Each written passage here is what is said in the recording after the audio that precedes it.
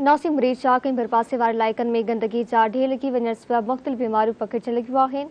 मुतासिर शहरनि पारां सफ़ाई जो निज़ाम बहितर करण जो मुतालबो कयो वियो आहे। वधीक तफ़सीलनि लाइ पेश आहे शेरबाज़ सिर जी हीअ रिपोर्ट।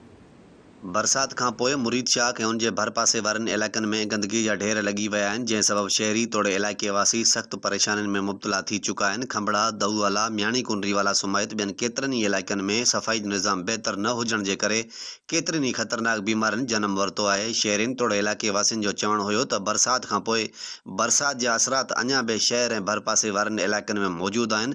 इंतिज़ामिया खे केतिरा ई भेरा शिकायत करण बावजूदि बि उन्हनि जे कन ते जूं नाहे चुरी। बरसाती पाणी जमा थियण सबबि मच्छरनि जो आज़ार बि वधी वियो आहे। केतिरा ई ॿारड़ा मलेरिया जहिड़ी मूज़ी मर्ज़ में मुब्तला थी चुका आहिनि।